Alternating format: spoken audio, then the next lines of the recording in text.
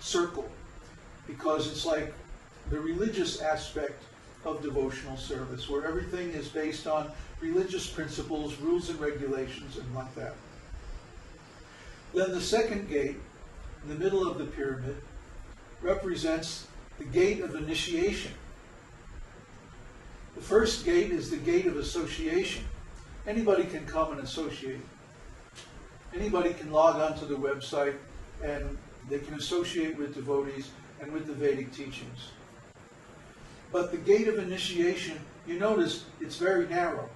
It's not wide open like the first gate. It's almost closed. Only one person can go through at a time. That means each and every devotee has to develop a relationship with a spiritual master. This is a personal relationship between the devotee and the representative of the Lord, the representative of Brahmā, the representative of the Vedas. And by the teachings of the spiritual master, one has to purify himself of the offensive stage and come to the stage of pure devotional service. Now this is called Madhyam Adhikari. Madhyam means in the middle. So he's not in the beginning, but he hasn't reached the end yet. He hasn't reached the goal. He's somewhere in the middle. So this is also known as the clearing stage. The external devotees are in the offensive stage of chanting, but the initiates, or those who accept the commitment of following the orders of the spiritual master, they're in the clearing stage, and they're clearing their offenses. They're clearing all the impurities from the mind by chanting and by devotional service. And then finally, after a long practice of devotional service, one reaches the third gate. The third gate is called the gate of realization. And it leads to what we call the esoteric circle. The esoteric circle is those devotees who have actually realized the supreme absolute truth. And you notice this gate is closed.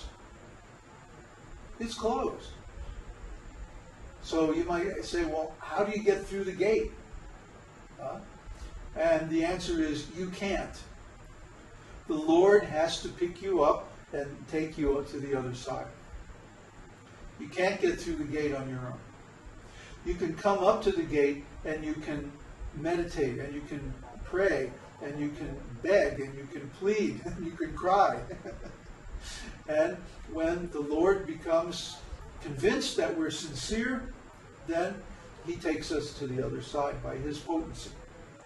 We can't go there by ourselves. We can't translate our own existence from material to spiritual. The touch of the Supreme Lord is required.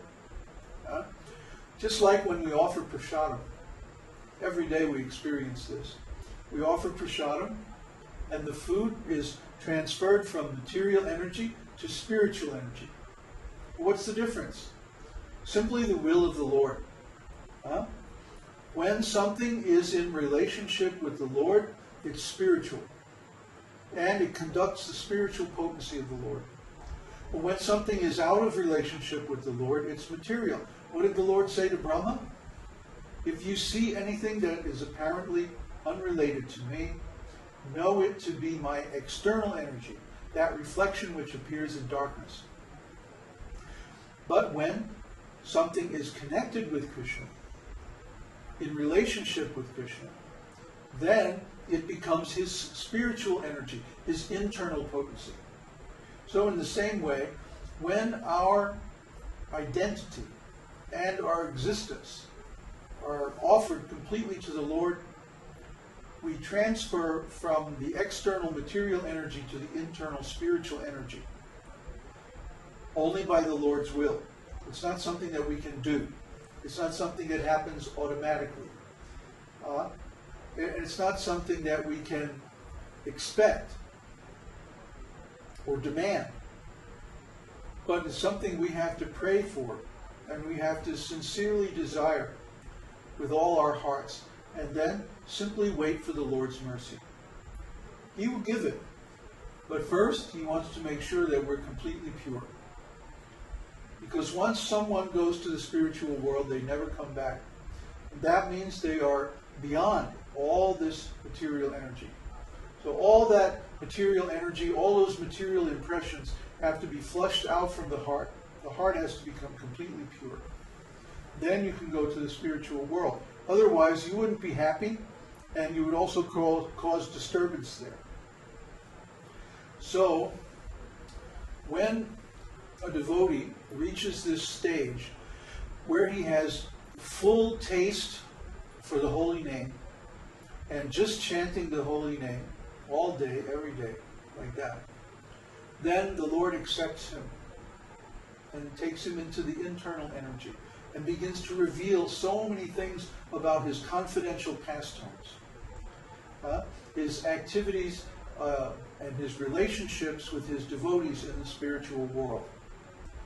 And these are all confidential subjects. They are not fit for public discussion. These are only confidentially discussed between the guru and the disciple. Why is that? Well, if you've ever been in a very close friendship, or in a love relationship, or in a marriage, you don't discuss the issues between you and your close friends with other people, with outsiders, do you? After all, it's none of their business, number one. And number two, they would probably misunderstand. Because after all, they're not a party to the relationship.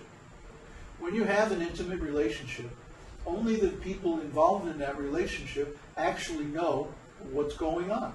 Other people can't know because they're not involved. So similarly, when someone reaches a very high stage of devotional service, they come into an intimate relationship with the Lord.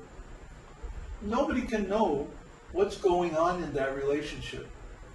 I mean, maybe one or two very close friends, like one's own spiritual master and one's dearmost friends, maybe they can understand. It's said that Lord Chaitanya, in his final pastimes, the Antya Lila in Jagannath Puri, he had 3.5 confidants. 3.5.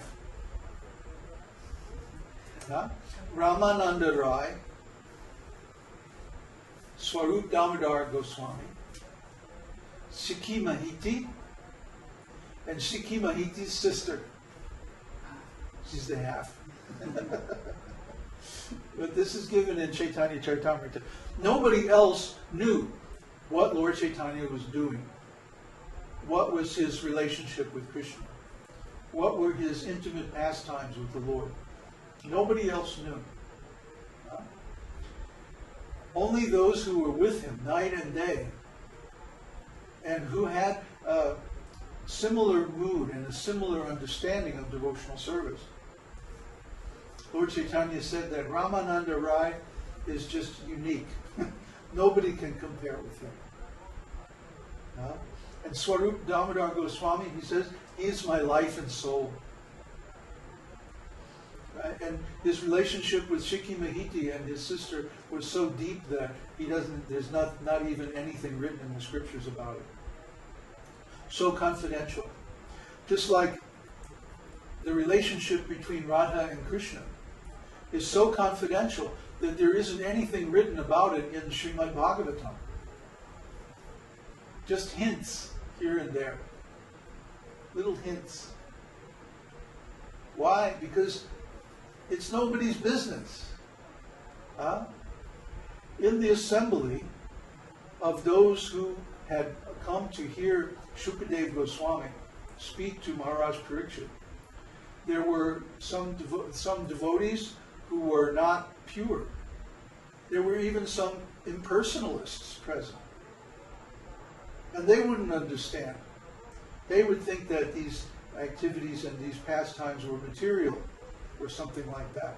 So they weren't allowed to hear these things. These subjects were not discussed at that time. Maybe they were discussed in some more confidential setting, but they weren't discussed in the public readings or the public speakings of Srimad Bhagavatam. Similarly, when a devotee reaches self-realization, their relationship with the Lord becomes transcendental. That nobody else can really understand. Maybe they're close friends, or some people who have seen them go through a lot of their transformations. But certainly it's not a matter to be discussed publicly.